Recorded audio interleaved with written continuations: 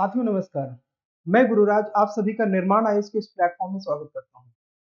जैसा आपको पता है कि ये इकोनॉमी का सीरीज है जिसमें हमने इकोनॉमी को यूपीएससी की इकोनॉमी को 7 यूनिट्स में कैटेगराइज किया है। पहले यूनिट में हम इकोनॉमी के फंडामेंटल एंड नेशनल इकोनॉमी को डिस्कस कर रहे हैं। आपने इसके पहले वाले लेक्चर में देख लिया होगा कि हमने इकोनॉमिक सिस्टम कवर कर लिया है जिसमें socialist economy, mix economy and capitalist economy के बारे में हमने समझा। 1.2 में हमने सेक्टर्स ऑफ इकोनॉमी के बारे में समझा एंड 1.3 में हमने types of economy, types of goods, capital, intermediate and finished goods के बारे में समझा।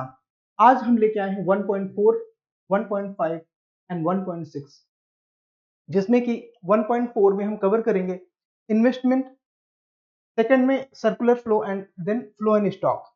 ये चीजें हमने आज कवर करनी है, लेकिन उससे पहले हम ये समझ लें कि ये यूनिट आप लोगों में से जो पहले की यूनिट्स देख चुका है उसे पता होगा कि ये यूनिट अपने आप में कितना इंपॉर्टेंट है।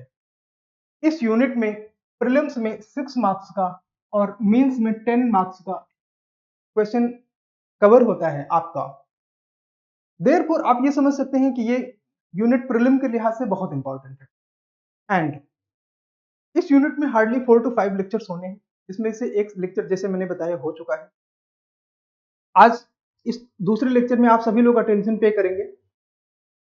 साथियों, जैसा आपको पता है कि इकोनॉमिक फंडामेंटल्स में सबसे मेजर एरिया होता है नेशनल इनकम, लेकिन नेशनल इनकम को समझने के लिए आपको उसके कुछ बेसिक फॉर्मुलेशंस, उसके कुछ इंग्रेडिएंट्स आपको समझने पड़ेंगे, जिसके बिहाफ पे आप ये समझेंगे कि ये नेशनल इनकम का कंस्ट्रक्शन कैसे होता है, जीडीपी कैसे बनती है, जीएनपी कैसे होता है। ठीक है साथियों, इससे पहले कि हम जीडीपी तक पहुंचे उससे पहले हम आज के टॉपिक कवर कर लेते हैं, जिसमें सबसे पहले आता है इन्वेस्टमेंट। आपके सामने एक क्वेश्चन आता है कि इन्वेस्टमेंट है क्या। जैसे कि किसी इन्वेस्टमेंट कहेंगे, आपने अक्सर सुना होगा कि किसी ने कोई नई मशीनरी पे पैसा लगाया, इन न्यू मशीनरी।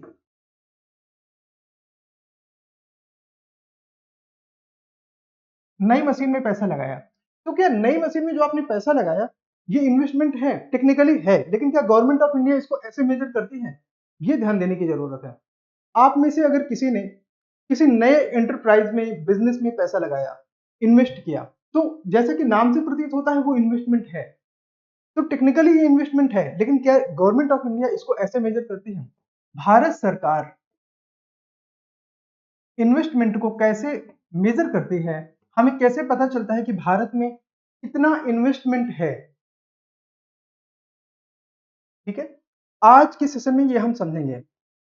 जैसा कि मैं आपको पहले लेक्चर से बताता चल रहा हूं, अगर इकोनॉमी को आप उसके फीचर्स से समझेंगे तो आप जितनी चीजें समझ रहे हैं उतनी चीजों में भी जब भी कोई डाउट यूपीएससी आपके सामने थ्रो करेगा, आपके फंसने के चांसेस बने रहेंगे। उदाहरण के तौर पे अगर आप इन्वेस्टमेंट के डेफिनेशन याद करेंगे, उसके फीचर समझेंगे, तो वो आपको परेशान करेगा। इससे बेहतर है और इससे कहीं आसान है कि आप ये समझें कि इन्वेस्टमेंट का फॉर्मुलेशन होता कैसे है, इन्वेस्टमेंट बनता कैसे है, इन्वेस्टमेंट को भारत सरकार मेजर कैसे करता है। तो जो फीचर्स हैं और जो उसके डेफिनेशन हैं वो हम अपने आप इजिली डिराइव कर लेते हैं। देयरफॉर हम इसको आगे ले चलेंगे। हमारे पास सबसे पहले है इन्वेस्टमेंट, जिसे हिंदी में निवेश कहते हैं। राष्ट्रीय अर्थव्यवस्था में निवेश को किसी व्यवसाय नहीं, बिजनेस नहीं, आर्थिक गतिविधि, इकोनॉमिक एक्टिविटीज में लगे हुए धन के आधार पर नहीं मापा जाता है। ठीक है, it is not measured as money put in a business. तो हाउ, कैसे? यह मूल रूप से कुल उत्पादन का जितना टोटल आउटपुट हुआ है वह हिस्सा है जिसमें पूंजीगत वस्तुएं होती हैं। It is basically that portion of the final output which consist of capital goods. समझते हैं, अगर एक कंट्री में केवल एक ही एंटरप्राइज है, फॉर एग्जांपल मैकडोनल्ड, और मैकडोनल्ड बनाता है बर्गर। ठीक है, इस बर्गर की कॉस्ट अगर ₹100 है, यह 100 रुपए में बनता है, 100 रुपए में कोई गवर्नमेंट नहीं है, कोई बाहरी क्षेत्र नहीं है, कोई एक्सटर्नल सेक्टर नहीं है। ठीक है, और कोई दूसरा एंटरप्राइज नहीं है, कोई दूसरा कैपिटल प्रोडक्शन नहीं है। तो जो उस कंट्री का टोटल आउटपुट होगा, जो पूरा प्रोडक्शन होगा तो आप ये कह सकते हैं कि हाँ, उस कंट्री का जो संपूर्ण प्रोडक्शन है, पूरा प्रोडक्शन है, वो ₹100 का होगा। ठीक है, तो ऐसे कंडीशन में हम देखते हैं कि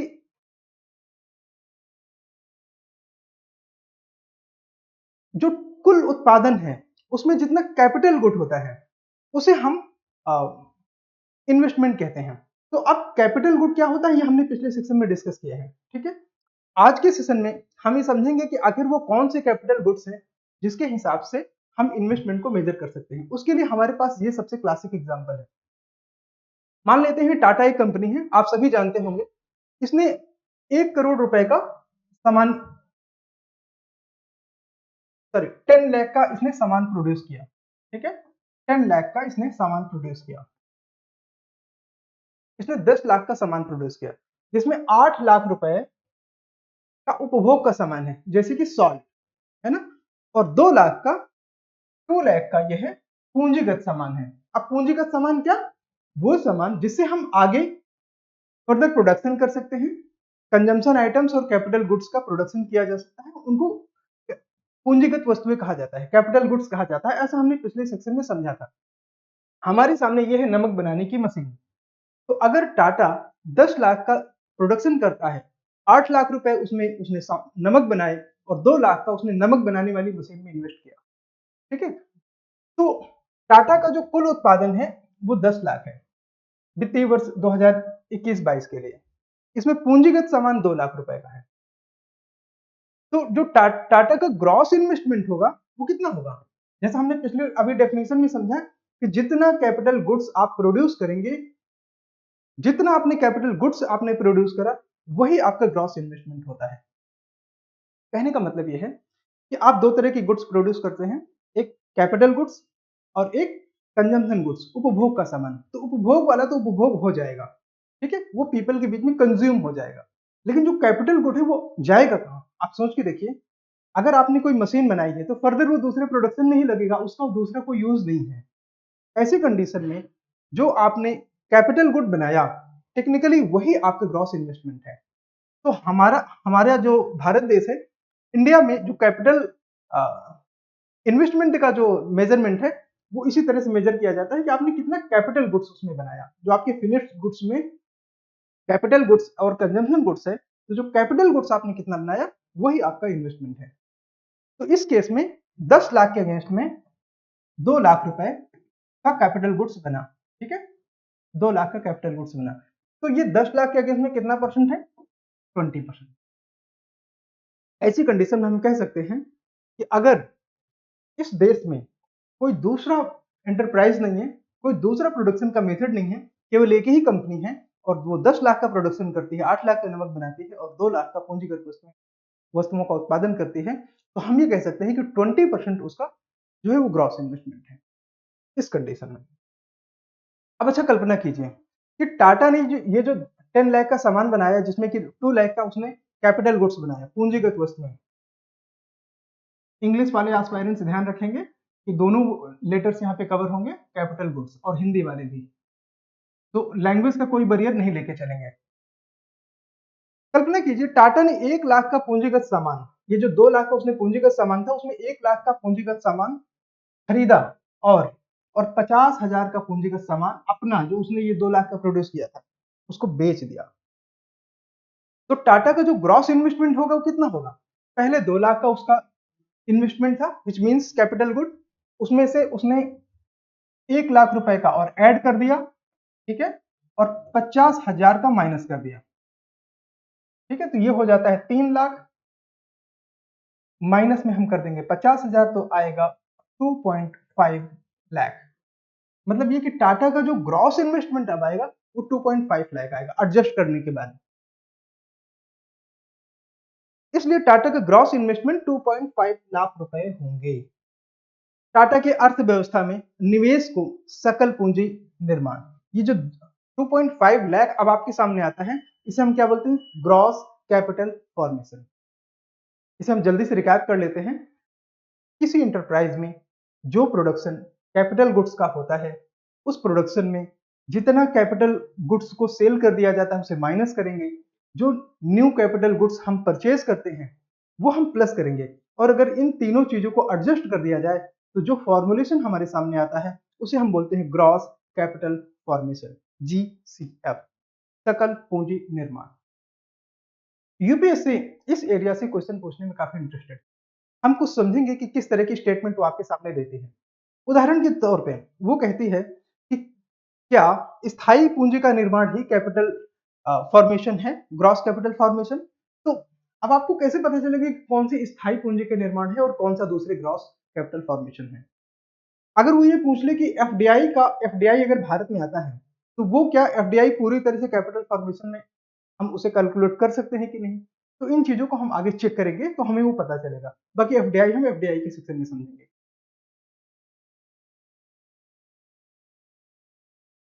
तो फ्रेंड्स हमारे सामने है ग्रॉस कैपिटल फॉर्मेशन, सकल पूंजी निर्माण। इस एक स्लाइड से हम इस कॉन्सेप्ट को पूरी तरह समझेंगे, ठीक है। और जितने क्वेश्चन फंसते हैं यूपीएससी में, वो चाहे प्रीलिम में पीछे से आज तक जितने आए हैं, आप देखेंगे कि इस एक स्लाइड से वो सारी चीजें किस तरह से सॉल्व होती है। हमने पहले ये समझ लिया कि कैपिटल ग्रॉस कैपिटल का फॉर्मेशन कैसे होता है, ठीक है। ग्रॉस कैपिटल का फॉर्मेशन कैसे होता है वो हमने पीछे देख लिया। इसकी कॉन्सेप्ट को हम थोड़ा सा एलेबरेट कर देते हैं, जो फंसी एरिया है वो आपके सामने आ जाए। फॉर एग्जाम्पल इसमें हम क्या ऐड करते हैं, सबसे पहले ऐड करते हैं स्थायी पूंजी, जिसका मतलब होता है फिक्स्ड एसेट। अब जब हम फिक्स्ड एसेट कहते हैं तो फिक्स्ड एसेट होती क्या है। उदाहरण के तौर पे मशीनरी, हाँ मशीनरी फिक्स्ड एसेट है, ठीक है। उपकरण, जो भी हम इक्विपमेंट अप्लाई करते हैं वो, और जो कंस्ट्रक्शन होता है, निर्माण।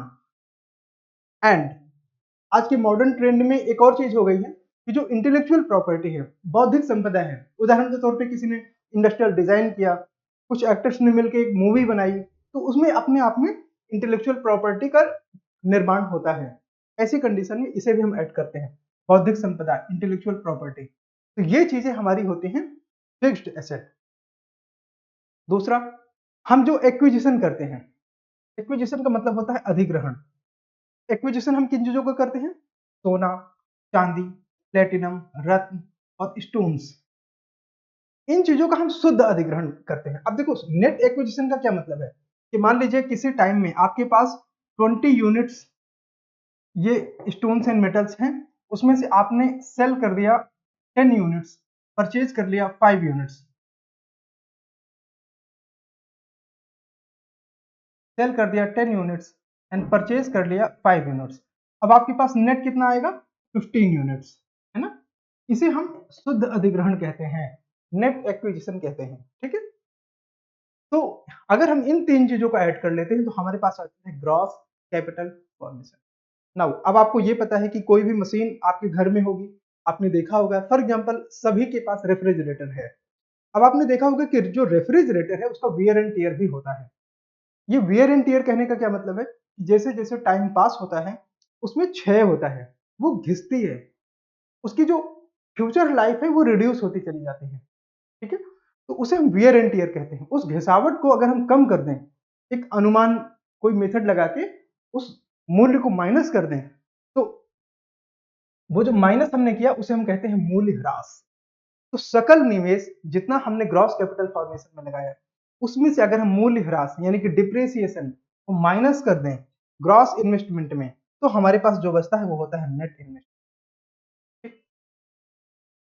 यहां तक फ्रेंड्स हम नेट इन्वेस्टमेंट तक पहुंच गए।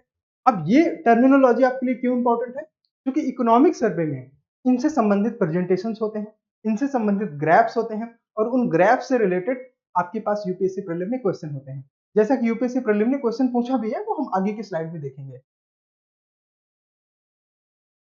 नाउ ये क्वेश्चन आपके सामने है 2013 में, ठीक है।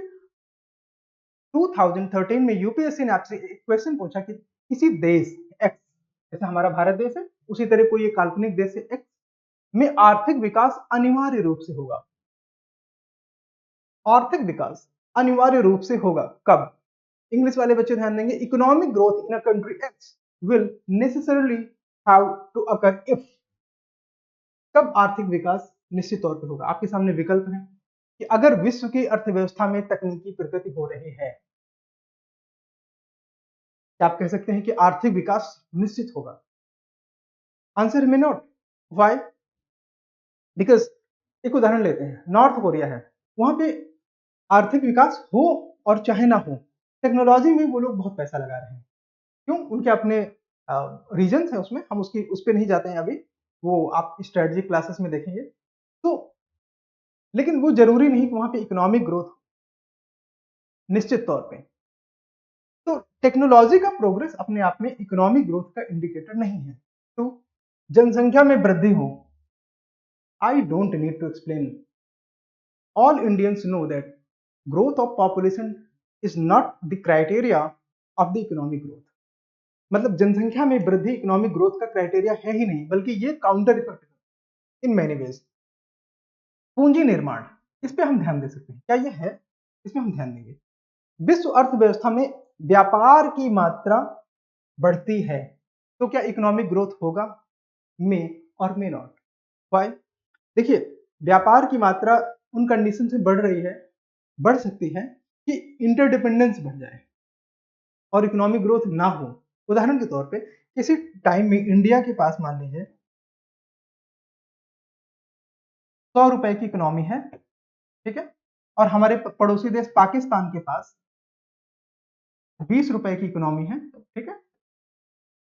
अब ये इकोनॉमी 100 रुपए, अब ये इकोनॉमी अगर हम घटा दें अगले अगले केस के लिए, इनके पास 90 बचता है और इनके पास 15 बचता है इकोनॉमी। इस पहली कंडीशन में अगर हम मान लें कि इनके बीच में जो नेट ट्रेड है वो सिर्फ 5 रुपए का है, ठीक है, इनमें इकोनॉमिक ग्रोथ माइनस में हुई, मतलब इकोनॉमिक ग्रोथ नहीं हुई या नेगेटिव हुई, लेकिन ये अपना ट्रेड तो बढ़ा सकते हैं। इनके बीच में ट्रेड जो है वो 10 रुपए का हो सकता है इस केस में। इसका मतलब ये है कि विश्व अर्थव्यवस्था में व्यापार की बढ़ती हुई मात्रा आर्थिक विकास का इंडिकेटर नहीं है। तो बचता क्या है? एलिमिनेशन मेथड से आपने पहचान लिया कि there if there is a capital formation necessarily there will have economic growth, है ना। जो ये पूंजी निर्माण है, ये इकोनॉमिक ग्रोथ का मेन इंडिकेटर है। अगर पूंजी निर्माण हो रहा है तो इकोनॉमिक ग्रोथ सर्टेनली होगा। ऐसा क्यों? ये हम एक लाइन में समझ लेते हैं। आपने कैपिटल फॉर्मेशन अभी पढ़ा कि कैपिटल फॉर्मेशन होता कैसे है। कैपिटल फॉर्मेशन होता कैसे है, ठीक है। कैपिटल फॉर्मेशन होने के लिए दो कंडीशन है कि जो एग्जिस्टिंग कंपनीज हैं, जो उस समय की वर्तमान कंपनीज हैं, वो प्रोडक्शन किस तरह करती हैं। प्रोडक्शन में उनके पास दो ऑप्शन है, एक वो कंजम्पशन आइटम को प्रोड्यूस करें और वो दूसरा कैपिटल गुड्स का प्रोडक्शन करें, ठीक है। अब अगर कैपिटल गुड्स का प्रोडक्शन करेंगे तो ये फर्दर प्रोडक्शन करेगा, फिर से कंजम्पशन गुड्स का प्रोडक्शन करेगा और आगे ये फिर से कैपिटल का प्रोडक्शन होगा और ये चेन चलती जाएगी, ठीक है, ये चेन चलती जाएगी।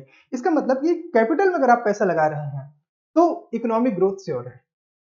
इस चेन से आपने समझ लिया। नाउ हमारे पास फर्दर कॉन्सेप्ट है। अभी तक हमने समझा कि ये जो ग्रॉस कैपिटल फॉर्मेशन है, उसमें ग्रॉस कैपिटल फॉर्मेशन में एक डायमेंशन ऐड हो रहा है कि ग्रॉस फिक्स्ड कैपिटल फॉर्मेशन क्या है, जीएफसीएफ। ये बहुत इंपॉर्टेंट है। क्यों इंपॉर्टेंट है? बिकॉज आपको पता है आजादी के पहले, भारत की आजादी के पहले जितने डेवलप्ड नेशन है, खासतौर से वेस्ट यूरोपियन नेशन हैं, उन्होंने हमारे जैसे देशों को, डेवलपिंग नेशन को एक्सप्लॉइट किया और अपनी कैपिटल फॉर्मेशन कर ली। उनके यहाँ रोड, स्कूल, हॉस्पिटल और जितने बिजनेस एक्टिविटीज के लिए रिक्वायर्ड इंफ्रास्ट्रक्चर है वो है। मशीनरी में उनके पास एक पर्याप्त डेवलपमेंट हो चुका है, इक्विपमेंट्स उन्होंने पर्याप्त बना लिए हैं, है ना। लेकिन ये जितने डेवलपिंग, ये इक्वेटर के नीचे वाले कंट्री, खास तौर से इंडिया, चाइना और African countries, Latin American countries, इनमें कैपिटल का फॉर्मेशन उस स्केल पे नहीं हुआ। तो इन्होंने सेकेंड वर्ल्ड वॉर के बाद के टाइम में कैपिटल फॉर्मेशन में, जब इनकी अपनी सरकारें बनी, तब उन्होंने थोड़ा सा ध्यान दिया। इसलिए कैपिटल फॉर्मेशन हमारे जैसे भारत जैसे देशों के लिए अपने आप में एक एसेंशियल एस्पेक्ट है। इसलिए यहां से क्वेश्चन आना बहुत स्वाभाविक है। मैंने आपसे पहले भी बताया था, पहले सेशन में जिन लोगों ने देखा है हमको, उनको ये बात पता होगा कि यूपीएससी क्वेश्चन कहां से पूछता है। ये कई सारे फैक्टर्स पे डिपेंड करता है। उनमें एक सबसे बड़ा फैक्टर है कि गवर्नमेंट की एक्टिविटीज किस तरह। व्हेन आई से this I mean that, why? Because जैसे भी गवर्नमेंट परफॉर्म करेगी उसका जो इन्वेस्टमेंट है जिन भी सेक्टर्स में होगा, फॉर एग्जांपल कैपिटल फॉर्मेशन एक होता है, दूसरा कंजम्पशन सेक्टर होता है जिसमें हेल्थ, एजुकेशन एक्सेट्रा सारी चीजें होती हैं। तो क्वेश्चन पूछने के आसार वहीं से होंगे। क्यों क्वेश्चन पूछने के आसार वहीं से होंगे? बिकॉज ब्यूरोक्रेट्स को, मिनिस्टर्स को और जो उस कंट्री की इंडस्ट्रीज होंगी, मीडिया होगी, वो उसी तरह की न्यूज कवर करेगी, उसी तरह की एक्टिविटीज में एंगेज करेगी। तो जो एक्टिविटीज चल रही हैं और वैसी चीजें न्यूज में आएंगी, वैसी चीजें करंट अफेयर्स में बनेंगी और फिर आप कहेंगे कि करंट अफेयर से यूपीएससी क्वेश्चन पूछता है। आप सही कहते हैं। और हमारे पास ऐसा एक बर्निंग टॉपिक है जिसे हम बोलते हैं ग्रॉस फिक्स्ड कैपिटल फॉर्मेशन, सकल स्थायी पूंजी निर्माण। हाँ, इंपॉर्टेंट लिखा हुआ है, आप लोगों ने देख लिया होगा। तो स्टैटिस्टिकली मतलब सांख्यिकीय रूप से व्यापार क्षेत्र, सरकारों और परिवारों, trade sector, government and house hold. अच्छा साथियों, हम एक चीज और बताना चाहेंगे आपको कि जैसे कि परिवार कहा जाता है, ये अपने आप में समाजशास्त्री शब्द है, आर्थिक शब्द है हाउस होल्ड। तो आप लोग हाउस होल्ड शब्द को समझेंगे, ठीक है। इकोनॉमिक टर्मिनोलॉजी पे खासतौर से स्टिक करेंगे, जैसे हमने लेक्चर 2 में बताया था, नीड, वांट, डिजायर, डिमांड में सिर्फ डिमांड जो है वो इकोनॉमिक टर्मिनोलॉजी है, इकोनॉमिक्स को वो डिटरमाइन करते हैं, ठीक है। नीड बायोलॉजिकल टर्म है, वांट सोशल टर्म है, डिजायर साइकोलॉजिकल टर्म, ठीक है। तो उसी तरह हमारे पास जो हाउस होल्ड है वो इकोनॉमिक टर्मिनोलॉजी है।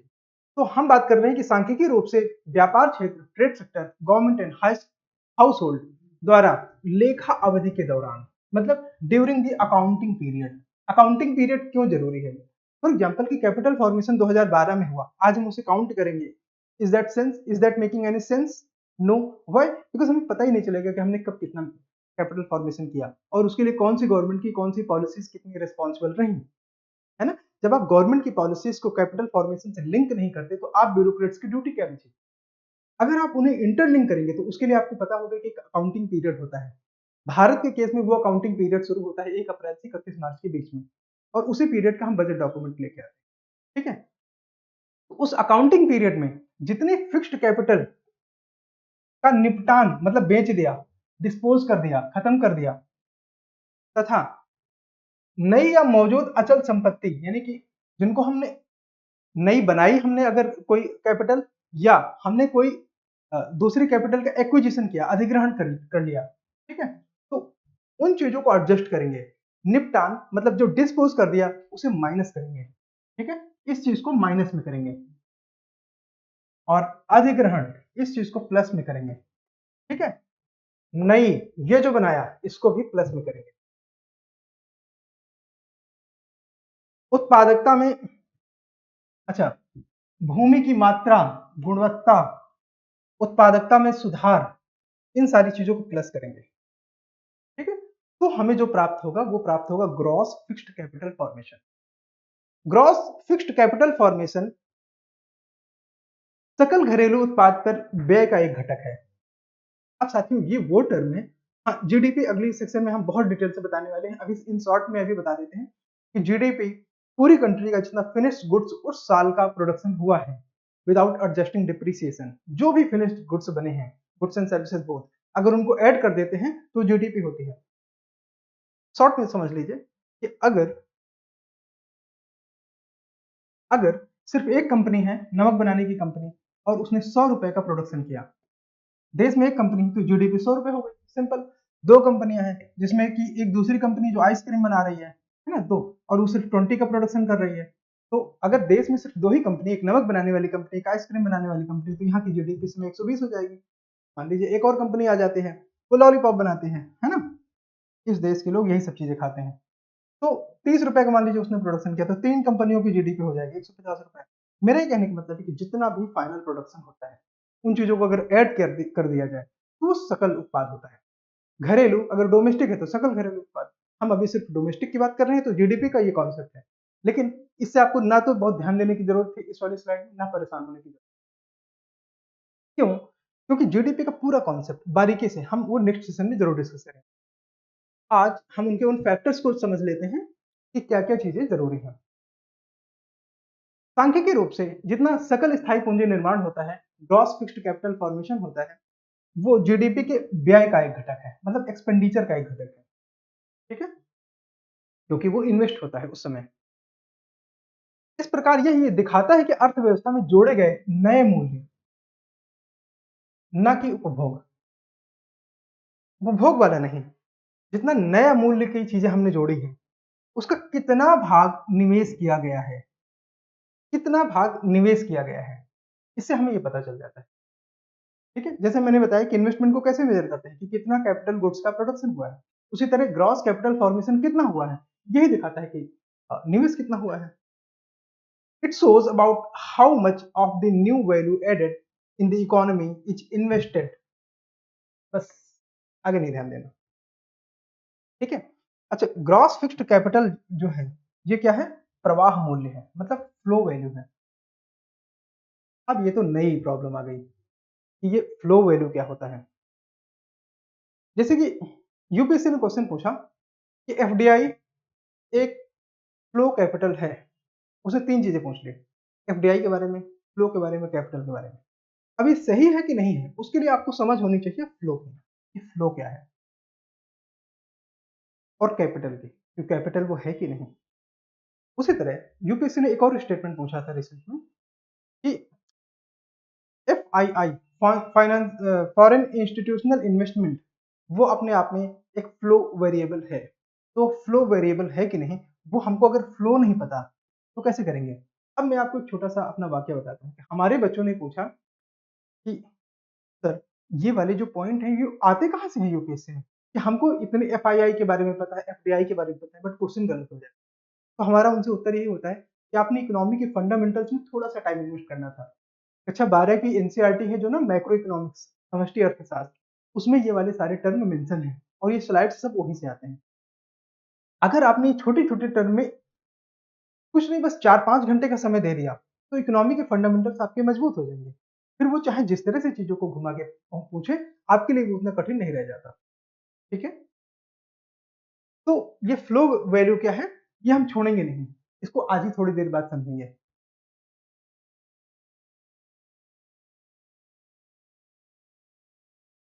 ग्रॉस फिक्स्ड कैपिटल फॉर्मेशन कुल निवेश की माप नहीं है। जैसे पीछे हमने देखा था ना कि ये निवेश की माप तो है, लेकिन कुल निवेश की माप नहीं है, ध्यान रखिएगा, क्योंकि इसमें अभी और भी सारी चीजें ऐड होती हैं। ठीक है, क्योंकि अचल संपत्तियां यानी कि फिक्स्ड एसेट में केवल शुद्ध परिवर्तन, नेट एडिशन का मूल्य मापा जाता है। जब हम बात फिक्स्ड एसेट की करते हैं तो फिक्स्ड एसेट में किन चीजों को मेजरमेंट किया जाता है, जो नेट एडिशन होते हैं यानी कि शुद्ध परिवर्तन होते हैं उनकी माप किया जाता है। यहां से अगर आपको यूपीएससी इस तरह से फंसाए कि मोहन ने राम को 1 एकड़ की भूमि बेची, क्या कोई कैपिटल फॉर्मेशन हुआ। जैसे इसको और सरल कर लेते हैं, जैसे हम सभी लोग या अपने घरों में देखते हैं कि सैलरीड पेरेंट्स सैलरी का कुछ पैसा बचा बचा के एक प्लॉट खरीद लेते हैं, तो हमारी लैंग्वेज में तो इन्वेस्टमेंट है, सही बात है, हमारी लैंग्वेज में इन्वेस्टमेंट है। लेकिन अब अगर आप इकोनॉमिक्स के प्रिंसिपल के हिसाब से समझें तो क्या इस समय कोई फिक्स्ड एसेट बनी। ठंडे दिमाग से सोचिए, सिर्फ ओनरशिप चेंज होता है, कोई फिक्स्ड कैपिटल का क्रिएशन नहीं होता। तो इस तरह से अब दूसरी भाषा में इसको इस तरह समझ सकते हैं कि अर्थ का साइज ना तो हम घटा सकते हैं ना बढ़ा सकते हैं। इसलिए अगर हम पूरी अर्थ को परचेज कर लें और मोहन राम को बेच देता है या राम मोहन को बेच देता है या कोई किसी को बेच देता है, तो कोई कैपिटल की क्रिएशन नहीं हुई। तो जब क्रिएशन हुई वो चाहे जितनी माइन्यूट स्केल की हो, तब हम उसे समझेंगे कि वो अचल संपत्तियों में कुछ एडिशन हुआ, कुछ शुद्ध परिवर्धन हुआ, अदरवाइज नहीं। ठीक है, आगे हम इसको और थोड़ा समझेंगे। अच्छा, अचल संपत्तियों में केवल नेट एडिशन यानी कि शुद्ध परिवर्तन का मूल्य मापा जाता है और सभी प्रकार की वित्तीय संपत्तियों यानी कि फाइनेंशियल एसेट को बाहर रखा, एक्सक्लूडेड।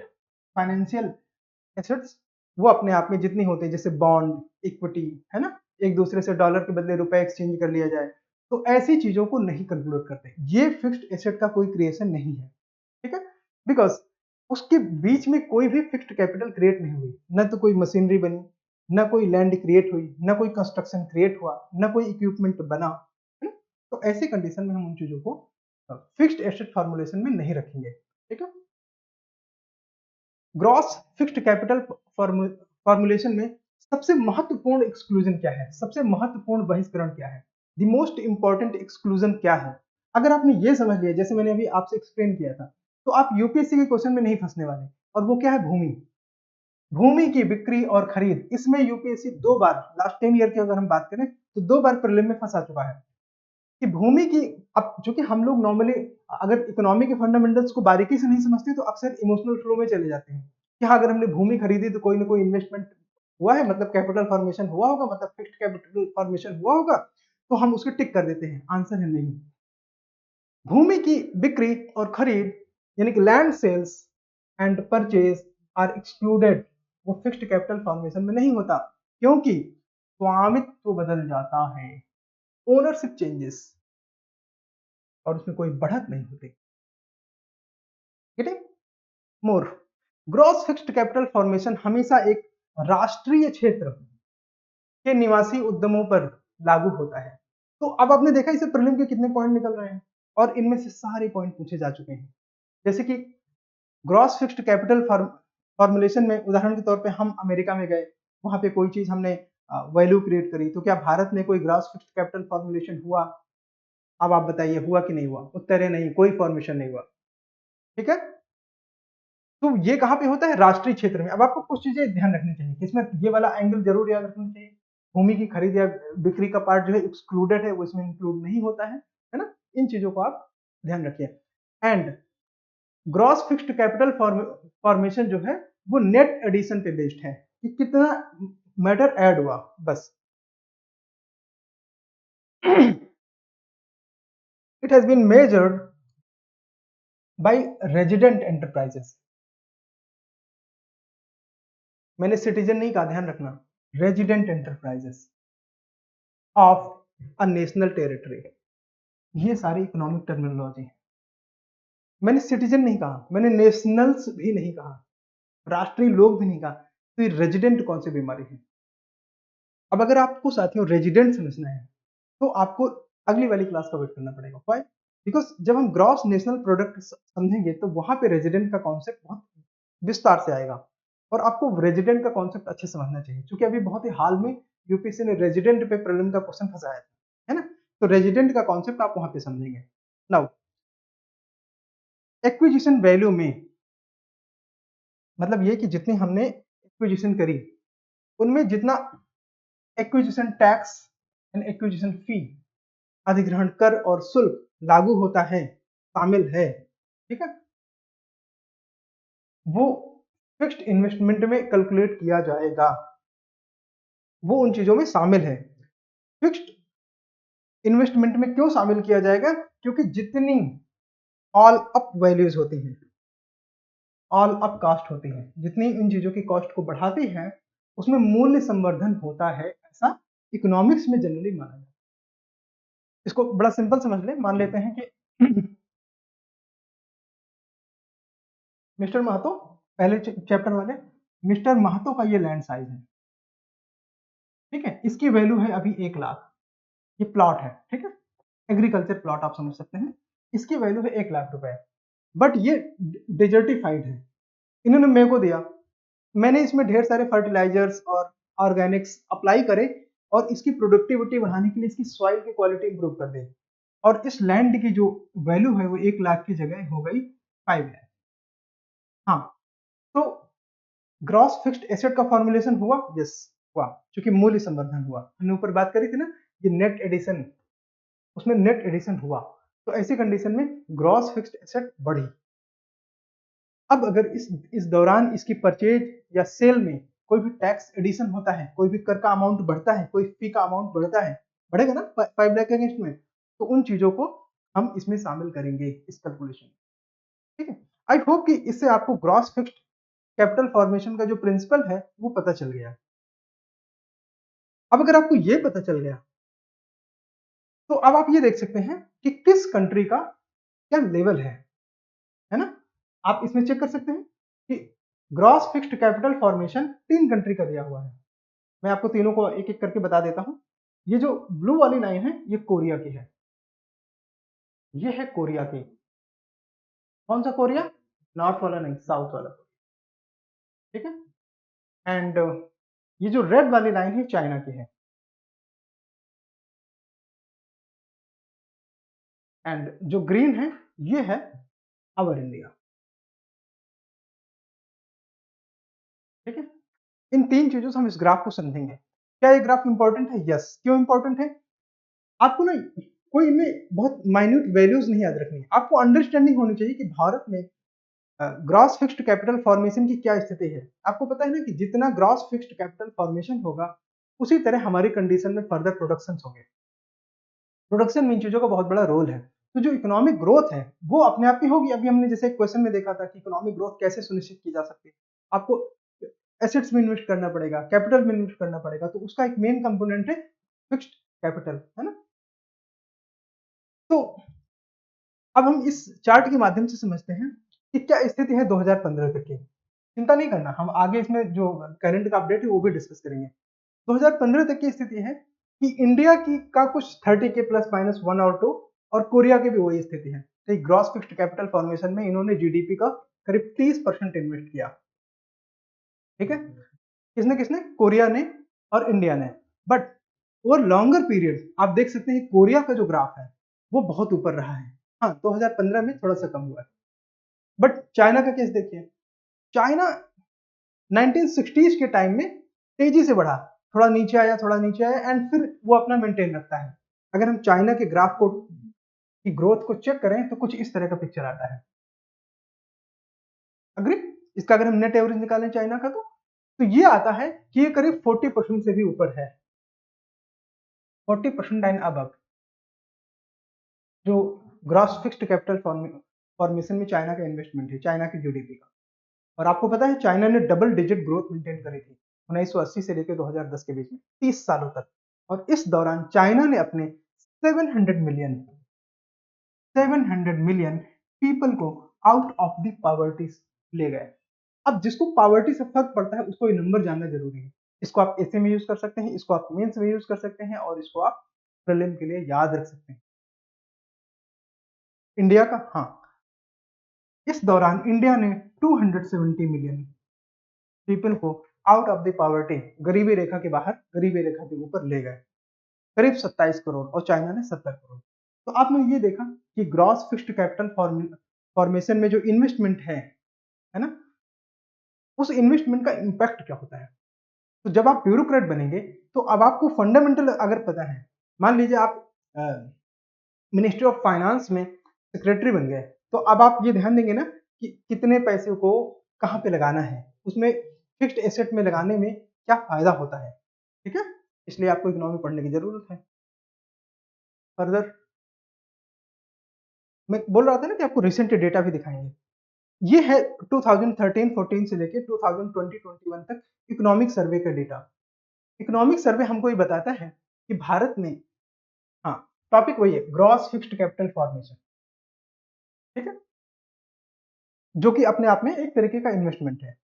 भारत में 2013-14 के आसपास कुछ 31.30 ये प्रतिशत ऑफ जीडीपी है, परसेंटेज ऑफ जीडीपी, वो इस तरह के इन्वेस्टमेंट में गया, एंड इट मेंटेन्ड समवट 28, 29, 27, अब आजकल 24 है ना। इस ग्राफ की यूटिलिटी आपके लिए क्या है? यूपीएससी ने इस ग्राफ से प्रीलिम में क्वेश्चन पूछा था 2000 आई थिंक 15 या 16 है, कि इंडिया का investment as a percentage of GDP in gross fixed asset was positively for last 10 years.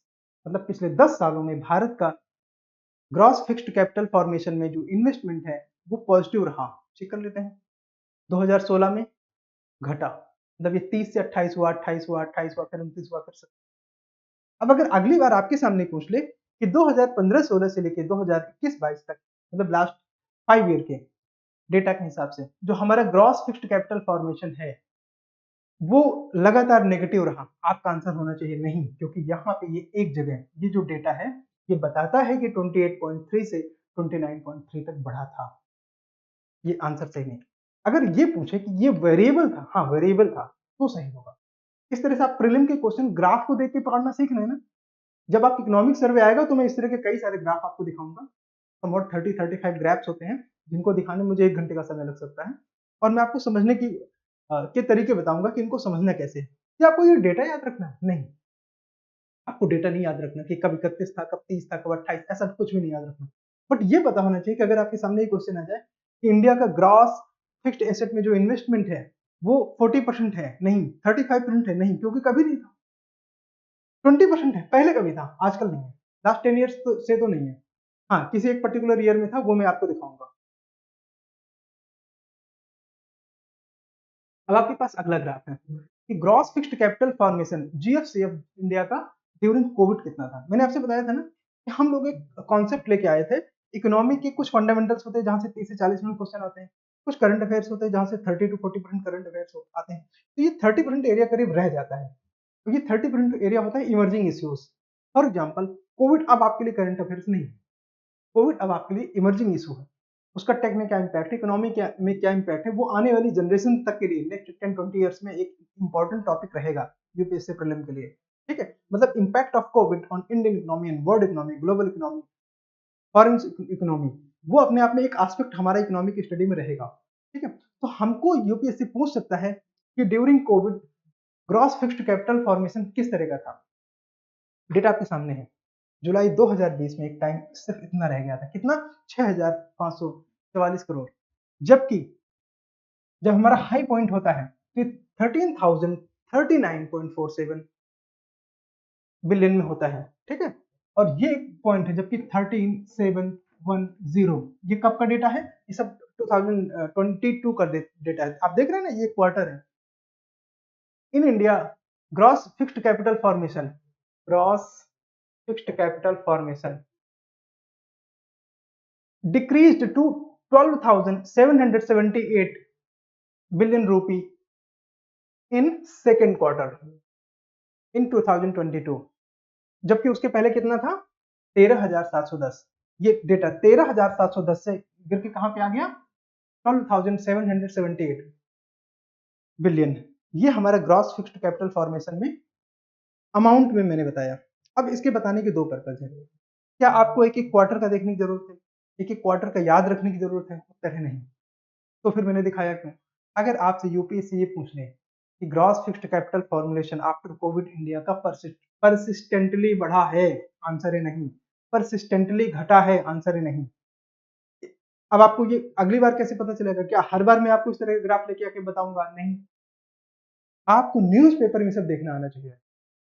The Hindu, Indian express, business line, या जो भी आप न्यूज़पेपर पढ़ते हैं, इकोनॉमिक टाइम्स, कुछ भी, तो वहां पे इस तरह के ग्राफ आते रहते हैं। आप उनको देखना भर सीखिए, सिर्फ देखना है, याद नहीं रखना कुछ, बस ये देखना है बढ़ा है घटा है, नंबर कुछ नहीं याद रखना। हाँ, एक रफली एस्टिमेट आपको पता होना चाहिए कि कितना परसेंटेज ऑफ जीडीपी के आसपास रहता है, समवॉट नियरली 30%, 25%, 28% ऐसे रहता है।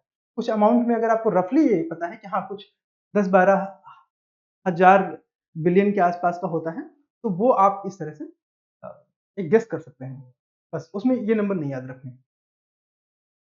नाउ मेंस का क्वेश्चन है, 2020 में आया था, जैसे मैंने आपसे बताया था कि मैं सारे सारे मतलब कम से कम 2012 को मिला के 2012 के बाद कि जितने मेंस के क्वेश्चन हैं वो इन्हीं टॉपिक के साथ साथ बताता चलूंगा।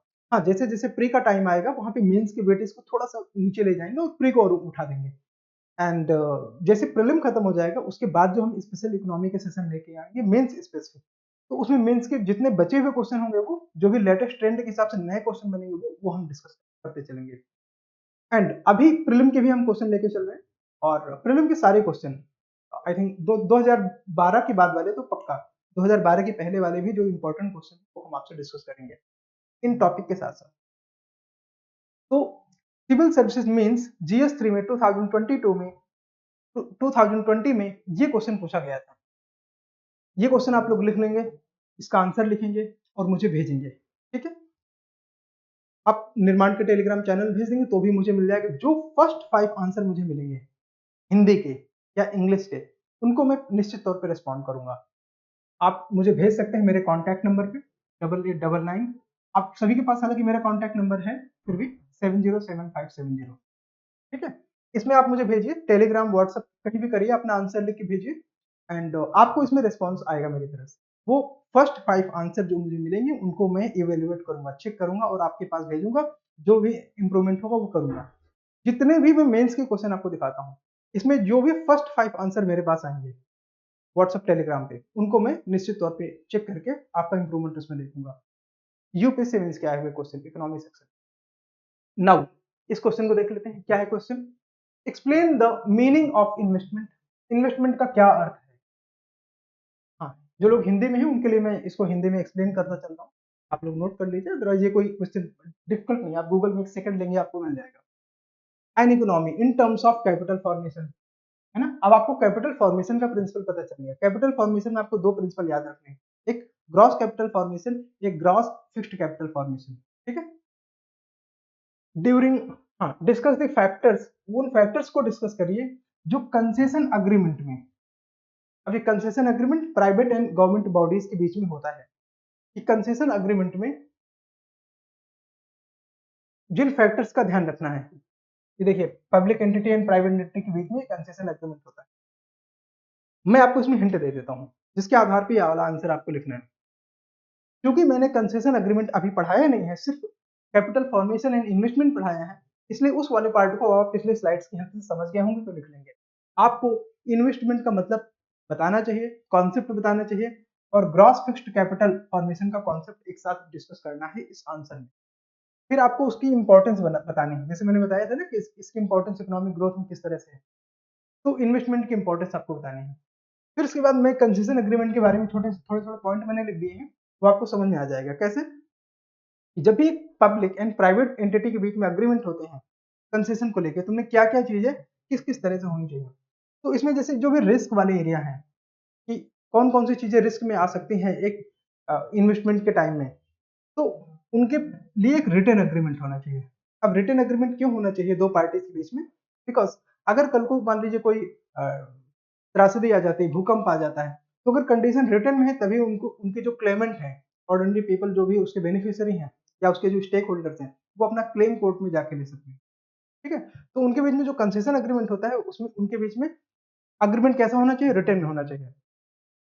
जो फोर्स मेजर इवेंट्स होते हैं, ये अलग से भी यूपीएससी ने क्वेश्चन पूछा है इसमें, जो फोर्स मेजर इवेंट होते हैं वो मेंशन होने चाहिए। फॉर एग्जांपल कोविड, कोई दूसरा डिसास्टर, अर्थक्वेक, है ना, ये सारी चीजें मेंशन इसमें, नेचुरल कैलामिटीज, इनकी कंडीशन में कितने परसेंट रिफंडेबल होगा कंडीशन, प्रोजेक्ट की कितने परसेंट कॉस्ट कंपनीज को बियर करनी पड़ेगी ट्रिपल पे एग्रीमेंट में, वो सारी चीजें लिखनी है।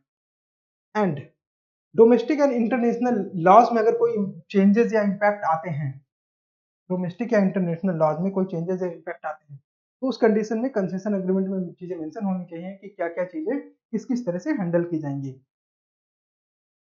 ठीक है। और इसको फ्यूचरिस्टिक इन नेचर होना चाहिए, मतलब ऐसा नहीं कि हम उसमें वो चीजें मेंशन करें जो प्रोजेक्ट डेवलपमेंट और उसके फ्यूचर को सिक्योर ना करें, तो उसे फ्यूचरिस्टिक होना चाहिए, और उसमें उन पॉसिबिलिटीज एंड सिनेरियो की बात होनी चाहिए जो उस पीरियड में हो सकती हैं। साथ ही क्या मेजर हर्डल्स आने वाले हैं, उन सारी चीजों का जिक्र होना चाहिए, क्योंकि अगर कोई कंसेशन अग्रीमेंट पुअरली डिजाइन है तो वो नई नई चीजों को, हर्डल्स को फेस करेगा, और ऐसी कंडीशन में प्रोजेक्ट जो है स्टक कर सकता है फ्यूचर के लिए। मैं इसका एक एग्जांपल बता दूं आपको, new new Mumbai and Noida में ऐसे बहुत सारे अपार्टमेंट खाली पड़े हुए हैं, किसी का कंस्ट्रक्शन पूरा नहीं हुआ, किसी का हुआ है।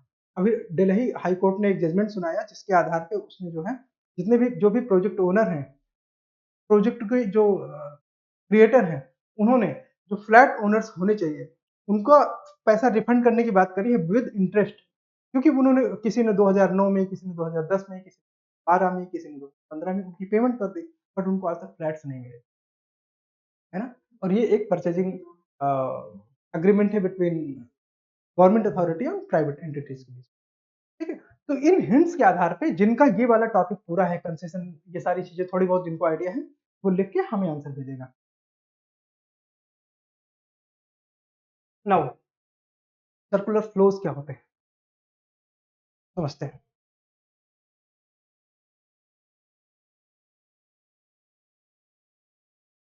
माना जाता है कि जैसे एक बर्गर बनाने वाली कंपनी है, ईस्ट है, दूसरी तरफ एक हाउस होल्ड है, हाउस होल्ड, ठीक है। वर्कर। अच्छा, हाउस होल्ड आपने पढ़ा तो आपको पता होगा हाउस होल्ड कौन कौन है। मतलब मैंने पिछले सेक्शन में डिस्कस किया है हाउस होल्ड कौन है। एनी वन जो घर में रहता है, साथ में किचन शेयर करता है, वो हाउस होल्ड है। मतलब उस घर के खर्च को चलाने के लिए सर्टेन सोर्सेस ऑफ इनकम होंगे, सर्टेन डेस्टिनेशंस ऑफ एक्सपेंडिचर होंगे, है ना। तो उनके बीच में जो इकोनॉमिक एक्टिविटीज परफॉर्म की जा रही हैं, तो उस इकोनॉमिक एक्टिविटीज को नोटिफाई करने के लिए जिस टर्मिनोलॉजी का हम इस्तेमाल करते हैं उसे हाउस होल्ड कहते हैं। ठीक है, ये इकोनॉमिक कॉन्सेप्ट है, इसलिए हमें इकोनॉमिक डेफिनेशन पता होनी चाहिए। हाउस होल्ड कुछ इनको पे करेगा, ये इनको कुछ पे करेंगे। तो ऐसी एक्टिविटीज को सर्कुलर एक्टिविटी फ्लोज कहते हैं। अब इसका क्या मतलब है, जैसे हाउस होल्ड में मेंबर होंगे, उदाहरण के तौर पे आलिया भट्ट, वो काम करती है, 100 रुपए उसको मान लो काम के तौर पे मिले, और ये महेश भट्ट की कंपनी है, महेश भट्ट ने उसके एक्टिंग के एवज में से 100 रुपए पे करे। अब वो 100 रुपए, sorry not acting, burger making की बात हो रही है, तो वो 100 रुपए लेके अगली बार यहाँ पे आएगी, ₹100, और बर्गर खरीदेगी, वो इनको पे हो जाएगा। मतलब इनका मेहनताना घूम के ये साइकिल में चल रहा है, ये बर्गर बनाते हैं और इनको बेचते हैं, ठीक है, और हाउस होल्ड है इनको पे करते हैं, ठीक है। तो इसे हम सर्कुलर फ्लो कहते हैं। अब अगर किसी पर्टिकुलर पॉइंट में, अगर आपको सर्कुलर फ्लो समझ में आ गया है, तो किसी पर्टिकुलर पॉइंट पे आप सोच के देखिए, गुड्स एंड सर्विसेज जो भी किसी भी जो भी इकोनॉमिक एक्टिविटीज में आती हैं, तो अब आप आराम से ये बता सकते हैं कि उनके बीच में जो फ्लो है वो मेंटेन है। मतलब अगर किसी पॉइंट ऑफ टाइम में, जैसे इस समय ये माना जाए कि मल्टी ट्रिलियंस ऑफ लेबर, यानी कि लेबर का मतलब लेबर आवर इन्वॉल्व होंगे, और उनको जो पेमेंट किया जाएगा वो एक फ्लो में चल रहा होगा। किसी की मेहनत कहीं प्रोडक्शन बन रहा होगा, वो प्रोडक्शन कोई हाउस होल्ड कंज्यूम कर रहे होंगे, वो हाउस होल्ड किसी और के लिए प्रोडक्शन कर रहे होंगे, वो प्रोडक्शन हमारे लिए होगा, हम कहीं और मेहनत कर रहे हैं, है ना। पूरी एक साइकिल हो जाती है। तो इस तरह से ये सर्कुलर फ्लो का कॉन्सेप्ट है। बट ये तो बहुत सिंपल है, क्या हम इसमें क्वेश्चन सॉल्व कर सकते हैं? आंसर है नहीं।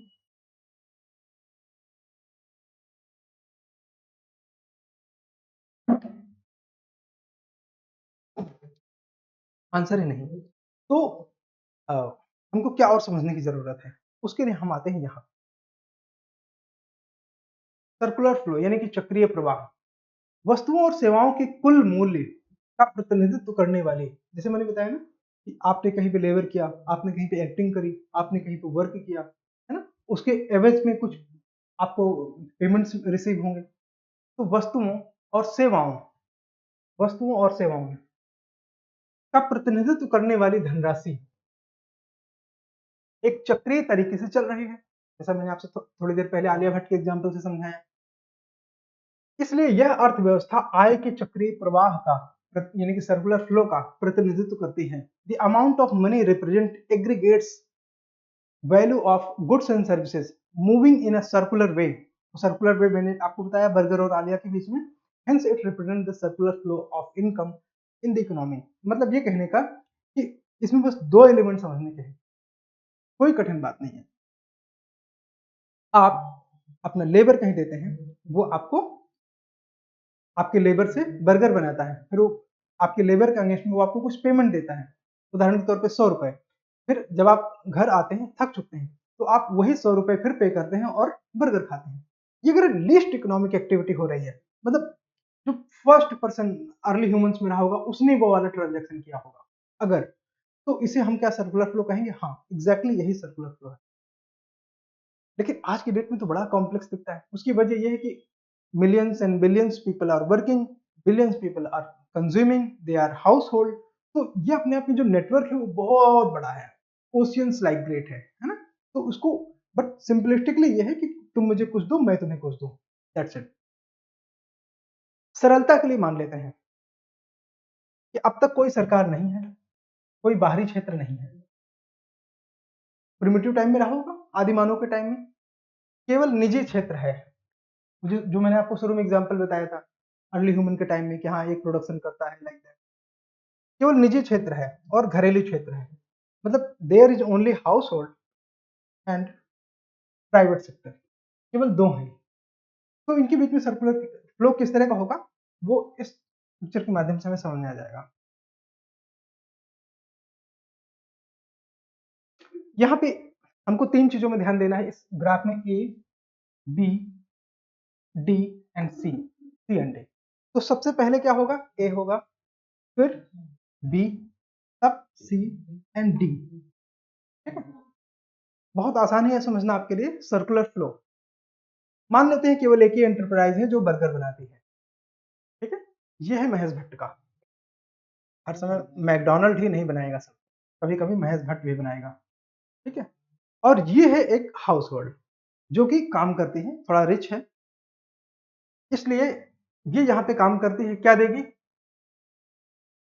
अगर इसमें एंटरप्रेन्योर लगा है तो उसे प्रॉफिट चाहिए, लेबर लगा है तो वेज चाहिए, कोई लैंड या बिल्डिंग कुछ भी इन्वॉल्व है तो उसके लिए रेंट चाहिए, और जो कैपिटल लगा है वो कैपिटल के अगेंस्ट में इंटरेस्ट चाहिए। किनको, ये हाउस होल्ड को। आप इनको कोई भी मान सकते हैं, हर कोई इस समय हाउस होल्ड है इस कंडीशन में। ठीक है, और ये एंटरप्राइज को क्या दे रहे हैं, फैक्टर सर्विसेज। अभी ये सर्विसेज क्या है, जैसे कि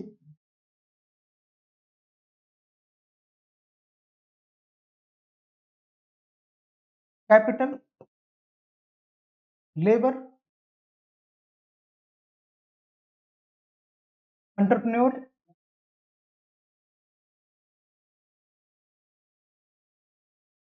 एंड लैंड। ये 4 फैक्टर हमने पढ़े थे, आई होप आपको याद होगा। तो ये जो हाउस होल्ड है, ये 4 फैक्टर ऑफ प्रोडक्शन किसको देगा, एंटरप्राइज को। तब ये इन चीजों से मिलकर ये वाला एंटरप्राइज बना है।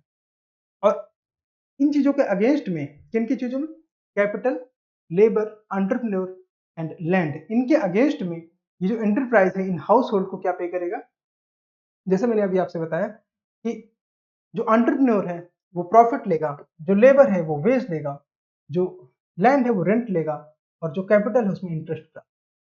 ठीक है, तो ये चीजें इसको प्राप्त होती है।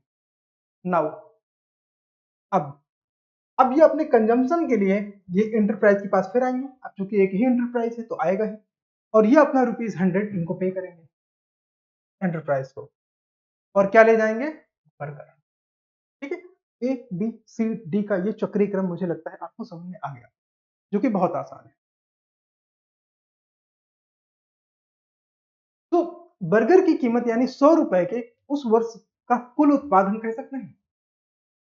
जब एक ही प्रोडक्ट है, एक ही एंटरप्राइज है, तो कुल उत्पाद कह सकते हैं। हाँ, तो ऐसी कंडीशन में यही इनका सकल घरेलू उत्पाद होगा, इसे हम जीडीपी कह सकते हैं। ठीक है, सकल मतलब संपूर्ण, घरेलू मतलब उसी डोमेस्टिक नेशन में, और प्रोडक्शन मतलब उत्पाद है। तो आय की विधि से अगर हम इनकम कैलकुलेट कर लें, है ना, तो उसको रिप्रेजेंट करता है बी, वो उनका जीडीपी होगा। ध्यान से देखिए, ये बी है, ये भी हाउस होल्ड की इनकम है ना, एक प्रॉफिट, वेज, रेंट, इंटरेस्ट में जो उनको मनी प्राप्त होगा, सब मिला के कितना होगा, 100। तो यही ₹100 इनकी जीडीपी है। ये इनकम मेथड से जीडीपी आ गई। नाउ फिर से आते हैं, सॉरी, व्यय विधि से, मतलब अब इन सारे हाउस होल्ड ने मिलके जितना व्यय किया होगा, अभी हमारे केस में सिर्फ एक ही हाउस होल्ड है, आलिया भट्ट, तो उसने व्यय किया होगा, तो व्यय करने वाले जो सी का अमाउंट होगा वो जीडीपी होगा। आइए देखते हैं फिर से, ये लोग, हाँ ये सी है, ये हाउस होल्ड लोग इधर आएंगे एंटरप्राइज को, वो ₹100 पे करेंगे। अब चूंकि कोई गवर्नमेंट नहीं इसलिए टैक्स की बात नहीं, कोई एक्सटर्नल सेक्टर नहीं, जैसे हमने पहले असम्पशन ले रखा था, है ना, और इनकी कोई सेविंग नहीं है, इनका जो सेविंग है वो अभी जीरो है, ये सब कुछ, तो ये पूरा का पूरा ₹100 फिर एंटरप्राइज के पास आ जाता है। जो व्यय मेथड है, एक्सपेंडिचर मेथड, जिसको ये सी रिप्रेजेंट करता है, तो ये भी ₹100 है। तो मतलब ये कि इस कंडीशन में इनका जीडीपी कितना है, ₹100। आगे फिर देखते हैं, तीसरा मेथड है उत्पाद मेथड, मतलब वैल्यू एडेड मेथड, है ना, तो इसको कौन रिप्रेजेंट करता है, डी। फिर से आते हैं इस केस में, ये है डी। इन्होंने कितना प्रोडक्शन टोटल किया, ₹100 का, ₹100 का बर्गर बनाया ना। तो ये जो ₹100 का बर्गर है, वैल्यू एडेड मेथड में, वैल्यू एडेड मेथड में यही जीडीपी को रिप्रेजेंट करता है। मतलब इस कंडीशन में अगर कोई एक्सटर्नल सेक्टर नहीं है, कोई गवर्नमेंट नहीं है, कोई सेविंग नहीं है, तो income, expenditure and value added, तीनों मेथड से जो जीडीपी है वो बराबर का बराबर ₹100 आता है। किसी को यहाँ तक समझने में दिक्कत हो तो आप मेरे से बात करिए, मैं आपको जो भी डाउट्स होंगे उनको हैंडल करूंगा। डाउट, हमने तीनों तरीके से जीडीपी निकालने का सिंपलिस्टिक फॉर्मूला समझ लिया। ये कुछ और नहीं लिखा है, ये कैपिटल, एंटरप्रेन्योर, लैंड, लेबर और उनकी रिसीविंग्स कैपिटल के अगेंस्ट में इंटरेस्ट, एंटरप्रेन्योर को प्रॉफिट, लैंड के अगेंस्ट में रेंट और लेबर के अगेंस्ट में वेज, वो वही चीजें बस कोड में लिखी हुई हैं, सेल के फॉर्म में बस, है ना। बर्गर का उत्पादन तभी बढ़ाया जा सकता है जब अर्थव्यवस्था में बर्गर बनाने वाली मशीन आए। दिमाग में एक बात हमेशा रखना कि सिर्फ किसकी बात हो रही है, एक ही एंटरप्राइज है उस देश में, ठीक है, एक ही हाउस होल्ड है और ज्यादा कुछ नहीं है। ऐसी कंडीशन में अगर हमको बर्गर का प्रोडक्शन बढ़ाना है तो क्या करेंगे, हमको बर्गर के लिए और मशीन बनानी पड़ेगी। और ये मशीन कैसी है, कैपिटल एक्सपेंडिचर, ये कैपिटल गुड्स है ना, तो इसे हम कैपिटल एक्सपेंडिचर कहेंगे, कैपिटल गुड्स। तो जब कैपिटल गुड बनेगा तभी भविष्य में और ज्यादा बर्गर बनाए जा सकते हैं, अदरवाइज एंटरप्राइज कहां से ज्यादा बर्गर बनाएगा। इसलिए भविष्य में अधिक बर्गर का उत्पादन करने के लिए निजी क्षेत्र को पहले बर्गर मशीन का उत्पादन करना चाहिए। अगर आप चीजों को इस तरह समझेंगे तो यूपीएससी का कोई भी क्वेश्चन कितना भी ट्रिकी होगा आपको कभी नहीं फंसाएगा। पीछे क्वेश्चन आया था ना कि किसी कंट्री में इकोनॉमिक ग्रोथ कैसे इंश्योर की जा सकती है, वो यूपीएससी का आया हुआ क्वेश्चन था। तो आपने पता है कि हाँ कैपिटल फॉर्मेशन हो रहा है तो मतलब ग्रोथ होएगी होएगी, यहां से सिद्ध होता है ना। नाउ दूसरा केस लेते हैं, आपने आलिया का केस लिया, आलिया का केस कि आलिया चूंकि रईस है उसको बचत करने की जरूरत नहीं हो, जितना कमाया उतना पूरा फूंक दिया। लेकिन अनन्या गरीब है, अनन्या गरीब है, तो अनन्या क्या करेगी, अनन्या क्यों गरीब है, बिकॉज चंकी के पास कोई प्रोडक्शन नहीं है। तो चंकी ने अनन्या से कहा कि थोड़ा सा तुम बचत करो अभी से, हम में आप में भी जो गरीब है उनको पेरेंट्स ने जरूर कहा होगा कि थोड़ी सेविंग करते चलो साथ में। तो अनन्या ने डिसाइड किया कि अच्छा आप पीछे वाली सारी और कंडीशन भूल जाएं, सिर्फ ये याद रखें कि एक कंट्री है जहां बर्गर बनाने वाली एक यूनिट है जो कि बर्गर 70 रुपए का बनाती है ना। क्यों, बिकॉज उसके पास और कंजम्पशन एक्सपेंडिचर करने के लिए और पैसा नहीं है। वैसा क्यों, बिकॉज अनन्या ने डिसाइड किया कि 30 रुपए वो बैंक में रखेगी, 70 रुपए वो एक्सपेंडिचर करेगी। तो अनन्या के पास 100 रुपए कहां से आए, नीचे वाले फैक्टर सेम के सेम है। फैक्टर ए में इन्होंने अपनी सारी सर्विसेज, कौन सी सारी सर्विसेज, वही 4 फैक्टर एंटरप्राइज को दी, एंटरप्राइज ने 4 फैक्टर के अगेंस्ट में उन्हें वही प्रॉफिट, वेज, इंटरेस्ट और रेंट पे किया। तो हाउस होल्ड के तौर पे अनन्या के को प्राप्त होगा। अनन्या ने 30 रुपए बैंक में रखा, स्टेट बैंक में, और एंटरप्राइज, हाँ एंटरप्राइज को जो है 70 रुपए पे करे, ठीक है, बर्गर के लिए। एंटरप्राइज के पास 70 रुपए आए अनन्या से, अनन्या से 70 रुपए आए। स्टेट बैंक को जो 30 रुपए अनन्या से प्राप्त हुए वो क्या करेगा, वो भी उसने एंटरप्राइज में इन्वेस्ट कर दिया, काहे के लिए, कैपिटल क्रिएशन के लिए। तो अब ये जो एंटरप्राइज है, ये एंटरप्राइज 70 रुपए का तो बर्गर बनाएगी। और ये वाला फिगर ध्यान से देखिए, ये है बर्गर बनाने की मशीन, जिसने ना देखा हो ध्यान से देख ले। 30 रुपए का कैपिटल गुड्स पे वो इन्वेस्ट करेगी, ठीक है। तो इस तरह से इकोनॉमिक एक्टिविटीज फैलना शुरू हुई। मैंने सिर्फ एक डायमेंशन ऐड किया अभी, और वो है बैंक का। अभी आप देखेंगे कैसे आप ना जीडीपी तक पहुंच गए और पता ही नहीं चला। तो बैंक एक डायमेंशन ऐड हुआ, ठीक है। तो हमने सर्कुलर फ्लो में ये चीजें समझनी थी वो समझ ली। अब इसमें हम डायमेंशन अगर ऐड करते चले जाए तो धीरे धीरे देखेंगे कि हम आज के वास्तविक हालात में पहुंच गए और हम जीडीपी तक पहुंच जाएंगे, ठीक है। साथियों वो हम जीडीपी के सेशन में फर्दर जरूर डिस्कस करेंगे। यहां से आगे बढ़ते हैं फिलहाल कि अगर यहाँ पे, हाँ, एक्सपेंडिचर मेथड की बात करी जाए तो एक्सपेंडिचर तो सिर्फ 70 हुआ है, ठीक है, क्योंकि अनन्या ने 70 रुपए का खर्च किया और 30 रुपए बैंक में ऐड कर दिया, ठीक है। तो एक्सपेंडिचर मेथड में अगर हमको जीडीपी निकालना हो तो हम कैसे क्या कर सकते हैं, इसको और इसको जोड़ लें। मतलब ये कि देखो, जो प्रोडक्शन मेथड है उसमें 70 रुपए का बर्गर प्रोडक्शन होता है, जो इनकम मेथड है इनको इन 4 फैक्टर्स के अगेंस्ट में 100 रुपए प्राप्त होते हैं, तो वो जीडीपी फिक्स है ना। बट जो व्यय विधि है उसमें ये जो कंजम्पशन है 70 का हुआ, जो इन्वेस्टमेंट है वो 30 का हुआ, अगर इनको जोड़ दिया जाए तो जीडीपी आ सकती है। कितना 100। ठीक है, तो जीडीपी एक्सपेंडिचर मेथड में कंजम्पशन एंड इन्वेस्टमेंट को हम ऐड कर देते हैं। अब ये जो निवेश है ये कहां से आता है? बचत से। इसलिए जनरली इकोनॉमी में सेविंग की बात करी जाती है। Saving is equal to investment. अगर ये कंडीशन आएगी जिसमें कोई एक्सटर्नल सेक्टर नहीं है और कोई गवर्नमेंट नहीं है, तो वहां पे सेविंग इक्वल टू इन्वेस्टमेंट आएगा। अगर प्रीलिम में आपसे ऐसा कोई क्वेश्चन पूछता है तो फर्म रहिए, डाउट नहीं रखना अपने ऊपर। ठीक है, यदि घरेलू क्षेत्र केवल 70 रुपए का कंजम्पशन का सामान खरीदता है और 30 रुपए बचाता है, तो एंटरप्राइज घरेलू क्षेत्र के लिए 70 रुपए का ही कंजम्पशन गुड बनाएगा। वो एंटरप्राइज 70 रुपए ही का कंजम्पशन गुड बनाएगा। क्यों? अनन्या टाइप के लोग 100 रुपए खर्च ही नहीं करेंगे, आप 100 का बना देंगे, वो खरीदेंगे ही नहीं, है ना। बाकी रुपये 30 का क्या करेगा? जो निजी क्षेत्र है यानी कि जो एंटरप्राइज है, वो कैपिटल गुड्स में यानी कि पूंजीगत सामान में इन्वेस्ट कर देगा। मशीन दिखाया था ना, वही। अब हमारे सामने दो फिगर आ गए, कैपिटल इन्वेस्टमेंट एंड कंजम्पशन।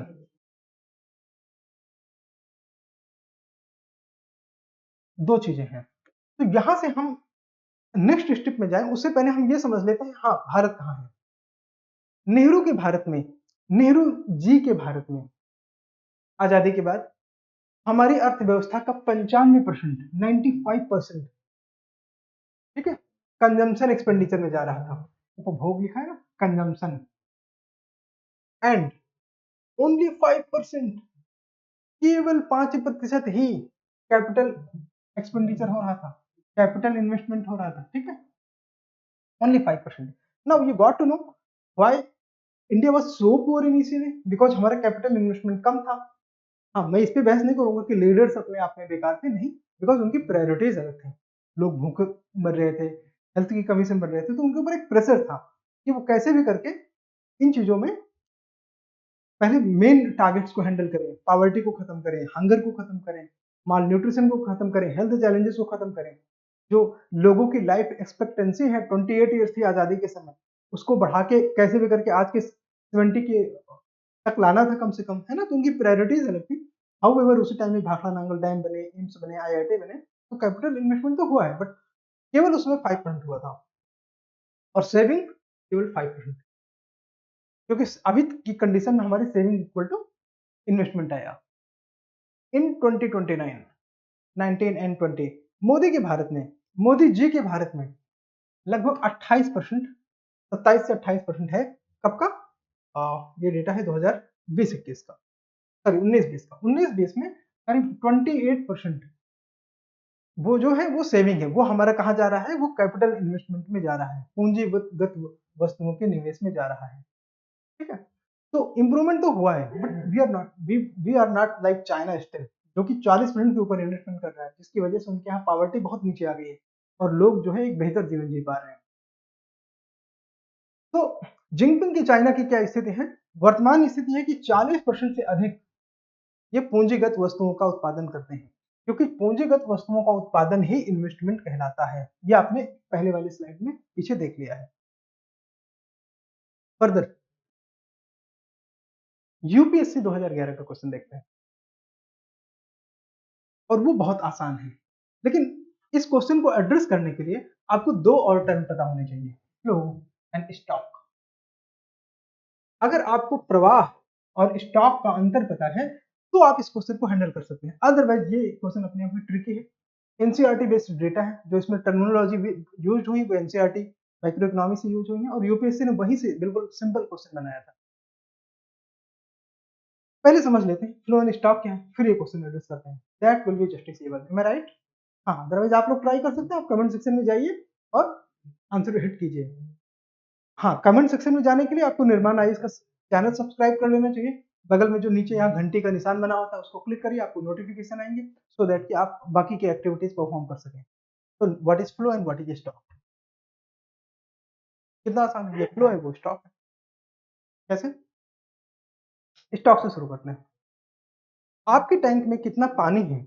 आप बता सकते हैं कि आपके पास 1000 लीटर पानी है, that's that's what your stock is. तो फ्लो कितना है, कैसे पता चलेगा फ्लो कितना है? ये थोड़ा सा समझना कठिन है। प्रवाह कितना है, फ्लो मतलब प्रवाह, मुझे भी हिंदी आने लगी। स्टॉक, स्टॉक को स्टॉक ही कहते हैं, ठीक है। नाउ इसको मेजर कैसे कर सकते हैं, जरा ध्यान से सोच के बताइए। आप में से जितने बर्नौली के प्रमेय अपनी केमिस्ट्री की क्लास 11th में देखे होंगे, उनको पक्का पता है कैसे ऐसे मेजर कर सकते हैं। तो साइंस नहीं पढ़ाने वाला।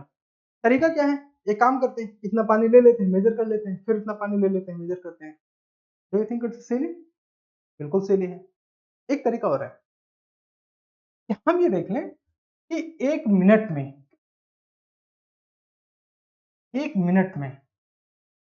ये पानी कितना इकट्ठा हुआ। मतलब हमने क्या ऐड किया, ड्यूरेशन ऑफ टाइम। बहुत ध्यान से देखना है ये। हमने क्या, जब जब हमने 1 मिनट कहा तो हमने क्या ऐड कर दिया, ड्यूरेशन ऑफ टाइम। अच्छा मान लेते हैं इस 1 मिनट की जगह मैं 1 आवर कहूं, तो हमने ये 1 आवर क्या ऐड किया, ड्यूरेशन ऑफ टाइम। सॉरी, अगर हम इसकी जगह 1 ईयर कह दें तो ये क्या है, ये ड्यूरेशन ऑफ टाइम ही है। कठिन लगा? नहीं, मतलब ये कि अगर किसी चीज को मेजर करने के लिए हमें ड्यूरेशन ऑफ टाइम, यानी कि समय के अमाउंट को, समय की मात्रा को 1 घंटे, 1 मिनट, 5 घंटे, 1 साल, 10 साल, 50 साल यूज करना पड़े, तो ऐसे यूनिट को हम क्या कहेंगे, फ्लो। एक और एग्जांपल ले लें। आज के मॉडर्न युग में आप सभी लोग ड्राइवर हैं, तो अगर आपको ये जाना हो दिल्ली के कोई नजदीक एरिया नोएडा, आपको अगर दिल्ली से नोएडा जाना है, ठीक है,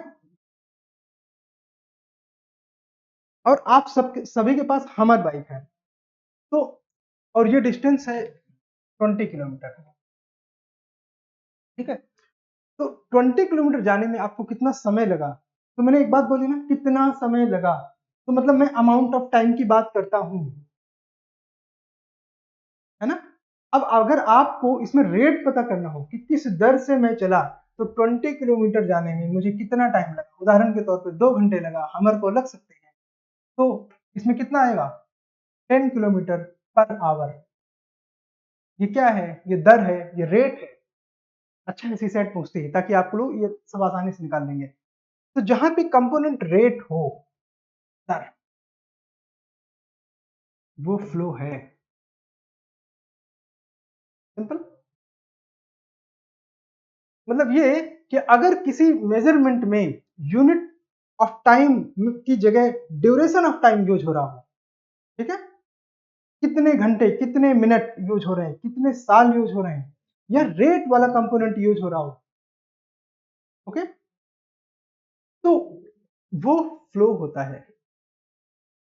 then what is this problem,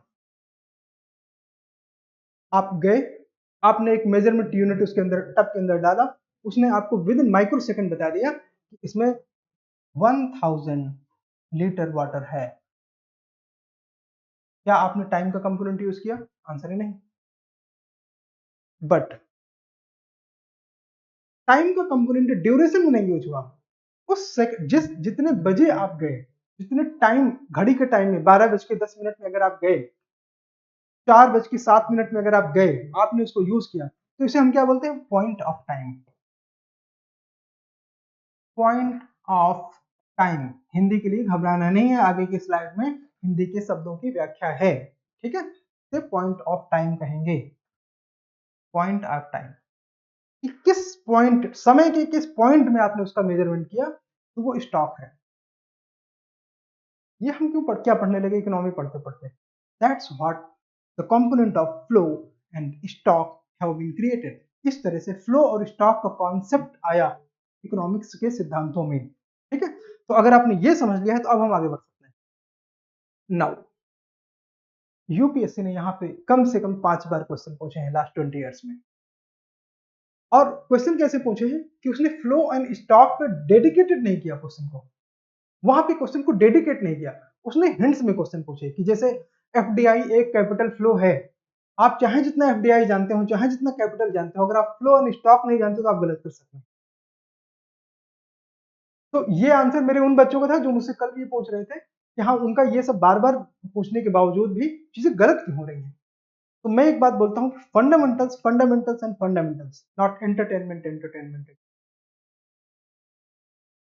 तो फंडामेंटल्स में आपको समझने की जरूरत है कि स्टॉक एक विशिष्ट समय, किसी खास समय जैसे 2 बजे, तो हमने यहाँ पे अमाउंट ऑफ टाइम नहीं लिया, 2 घंटे नहीं लिया, है ना। घड़ी के पॉइंट ऑफ टाइम में हम गए कि 2 बजे। स्टॉक को किसी विशिष्ट समय में मापा जाता है, उस समय मौजूद मात्रा का ये प्रतिनिधित्व करता है। मान लीजिए 31 दिसंबर 2004, हमने नंबर ऑफ ईयर्स नहीं लिए, ठीक है। जो अतीत में जमा हो सकता है, ये हम अभी ध्यान देंगे, ये हम अभी बताएंगे, ठीक है। तो ये वन स्पेसिफिक टाइम में आता है, क्या, स्टॉक। इस अंतर को समझ लीजिए, ये मेंस में आ सकता है कि फ्लो और स्टॉक में क्या अंतर है, ये किसी इकोनॉमी को किस तरह से इन्फ्लुएंस करता है, ठीक है। आप ये आंसर अगर लिखेंगे तो मैं उसको भी चेक करूंगा कि फ्लो और स्टॉक में क्या अंतर है, ये इकोनॉमिक को किस तरह से प्रभावित करता है। तब आपको अलग अलग लिखना पड़ेगा कि फ्लो किस तरह प्रभावित करता है, स्टॉक किस तरह प्रभावित करता है। उत्तर लिखिए और मुझको भेजिए, ठीक है। अब ये अतीत वाली बात करते हैं कि अतीत में जमा हो सकता है। वो हमने पीछे टैंक देखा था ना, ये, अरे ये पानी किसी मोमेंट में तो आया नहीं होगा ना, हो सकता है इसको भरने में 1 घंटा लगा हो, लेकिन हम 1 घंटे को मेजर नहीं कर रहे हैं, दर को मेजर नहीं कर रहे हैं।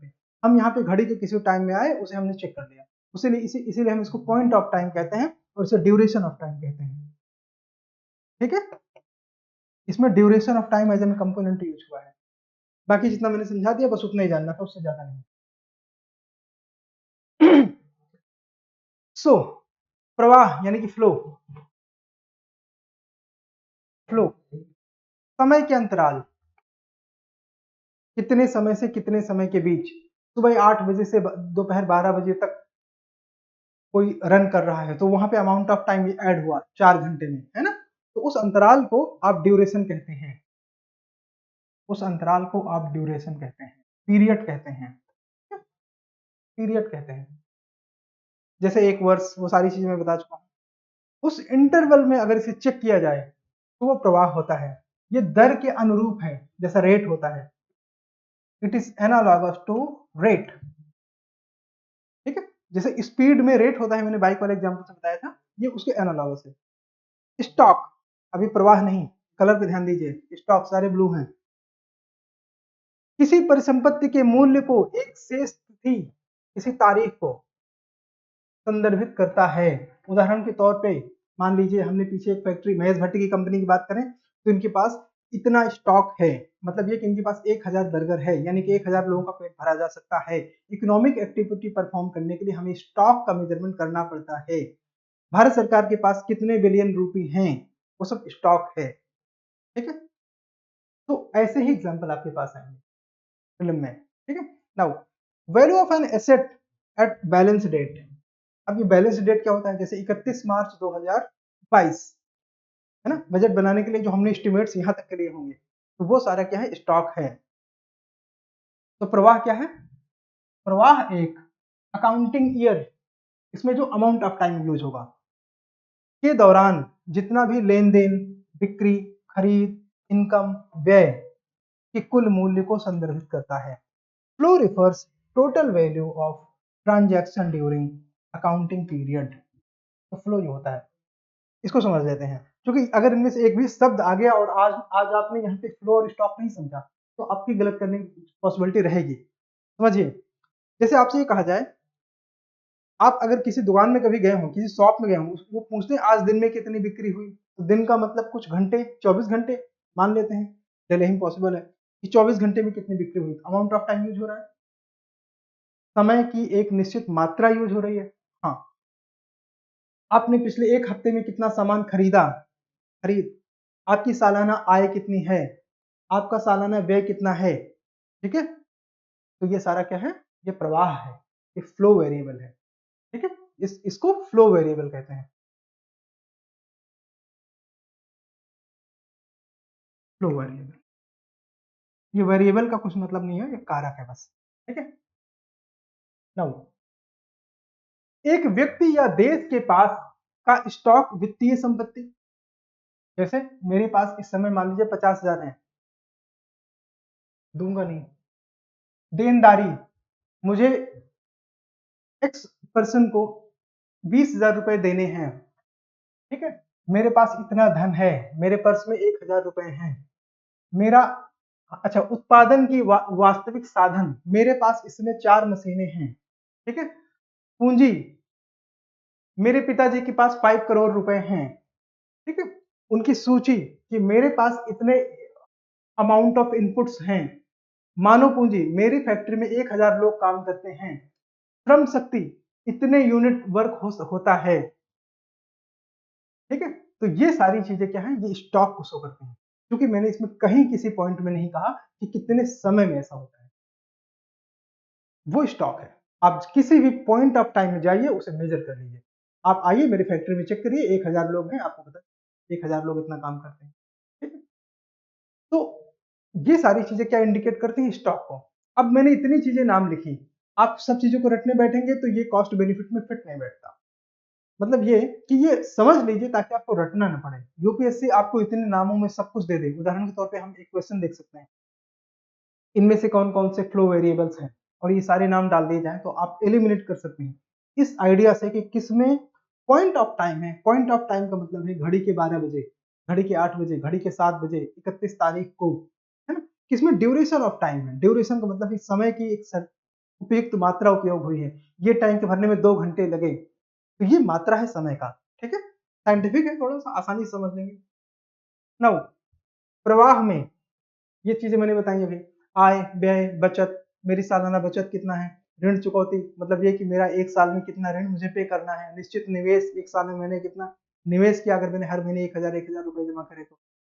इन्वेंट्री निवेश, ये इन्वेंट्री शब्द हम आगे समझेंगे। इन्वेंट्री का मतलब ये होता है कि फिनिश्ड गुड्स तक पहुंचने के पहले जो सामान की स्थिति होती है, उनको उन सभी को हम इन्वेंट्री कहते हैं।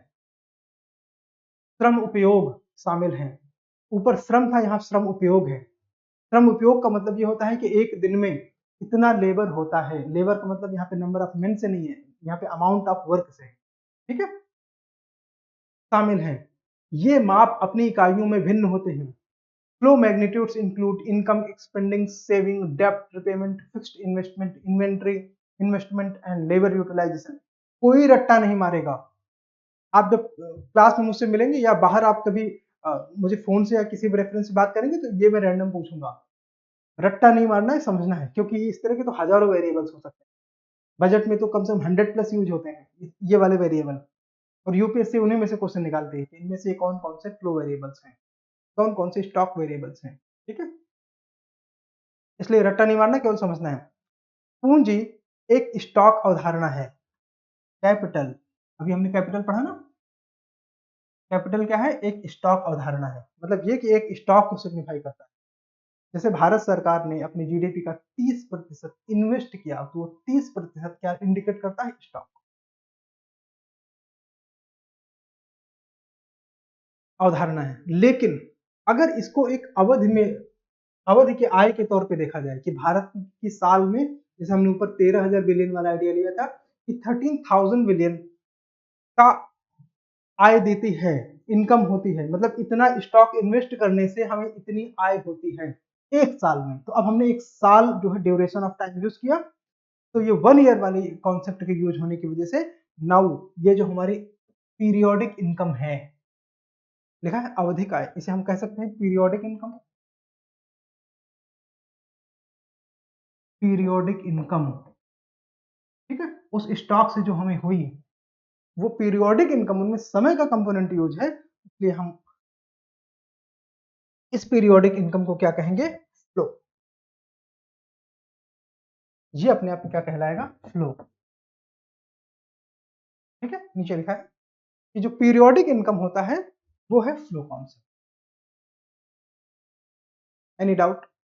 आई डोंट थिंक यहां तक कोई डाउट है, और अगर डाउट है तो मुझे पता चलना चाहिए। नाउ हमारे पास वो पहला क्वेश्चन था, उस क्वेश्चन को अक्की सॉल्व कर रहा है, आप लोग ध्यान से देख सकते हैं।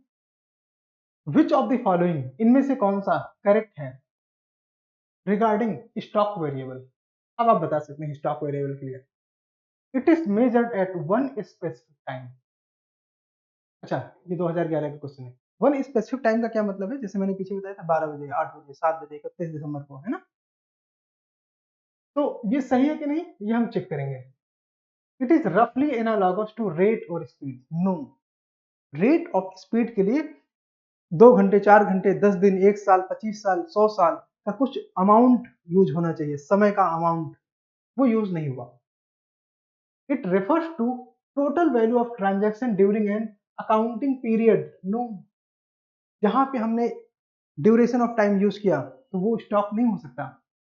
Capital is a stock concept, अभी हमने देखा था कैपिटल क्यों स्टॉक है। तो eliminated, eliminated, eliminated, eliminated, eliminated, eliminated, the right answer is 1 and 4। Got the answer? I think friends ये सारे कॉन्सेप्ट आपने समझ लिए होंगे, ठीक है? तो आज के सेशन में बस इतना ही। लेकिन जीडीपी या नेशनल इनकम को समझने के लिए, प्रति व्यक्ति आय को समझने के लिए, जीएनपी, एनएनपी या फैक्टर कॉस्ट, बेसिक प्राइस, इन चीजों को समझने के लिए हमको जरूरी था कि ये चीजें हम समझे पहले। तो अगले सेशन में आप समझेंगे नेशनल इनकम का कॉन्सेप्ट एकदम सरल भाषा में। हाँ, वैज्ञानिक होगा ताकि आपको रट्टे ना मारना पड़े। जितना आप रट्टा मारेंगे, जितना आप याद करने की कोशिश करेंगे, उतना ज्यादा रिवाइज करना पड़ेगा, उतने कब नंबर आएंगे इकोनॉमिक। क्योंकि इकोनॉमिक एक डायनेमिक कॉन्सेप्ट है, इसमें 70-80% क्वेश्चन डायनेमिक सेक्शन से आते हैं, जिनको आप पहली बार एग्जाम में जाके पढ़ेंगे, ठीक है? ऐसी कंडीशन में अगर आप अगली क्लास अटेंड करते हैं तो आपको जानने को मिलेगा कि नेशनल इनकम का के कॉन्स्टिट्यूएंट्स क्या है,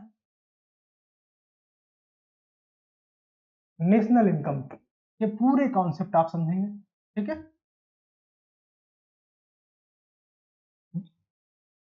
दूसरा, जीडीपी, जीएनपी, जीडीपी, इंट्रूशंस, जीएनपी। अभी मैंने आपसे रेजिडेंट का कॉन्सेप्ट पूछा था, resident and per capita income, per capita income, प्रति व्यक्ति आय,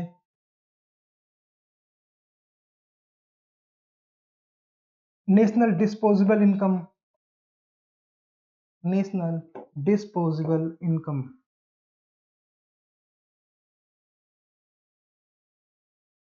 एंड इसमें से और जो हम पढ़ेंगे वो है कॉन्सेप्ट ऑफ रेजिडेंट, बता दिए, incremental capital output, incremental capital output,